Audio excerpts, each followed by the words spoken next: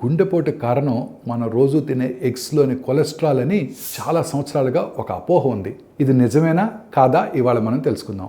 ఒక ఎగ్ గుడ్డులో సుమారు 186 milligrams of cholesterol ఉంటుంది. దానిలో ఎక్కువ భాగం పచ్చసొనలో ఉంటుంది. ఇది 80ల్లో మరియు 90ల్లో ఈ గుడ్లను గుండె జబ్బులతో ముడిపెట్టి చాలా భయాందోళనకు గురి చేశారు. కానీ హార్వర్డ్ సమర్థిత అధ్యయనాలతో సహా ఇటీవల చాలా పరిశోధనలు భిన్నమైన చిత్రాన్ని చూపిస్తున్నాయి. చాలా మందికి గుడ్డు నుండి వచ్చే కొలెస్ట్రాల్తో సహా ఆహార కొలెస్ట్రాల్ రక్త కొలెస్ట్రాల్ స్థాయిలను గణనీయంగా పెంచదు.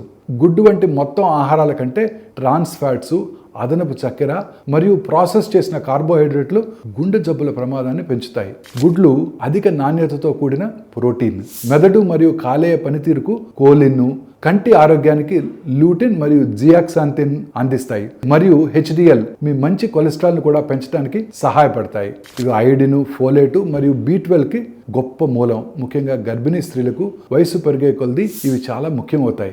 మితమైన గుడ్ల వినియోగం అంటే రోజులో ఒకటి సురక్షితమైనది మరియు ప్రయోజనకరమైనదిగా అమెరికన్ హార్ట్ అసోసియేషన్తో సహా అనేక ఆరోగ్య సంస్థలచే పరిగణించబడుతోంది. మన లక్ష్యం ఏంటంటే ఆహారం పట్ల భయపడటం కాదు, దాన్ని సందర్భోచితంగా అర్థం చేసుకోవడం. అదే నిజమైన పోషకాహార శాస్త్రం.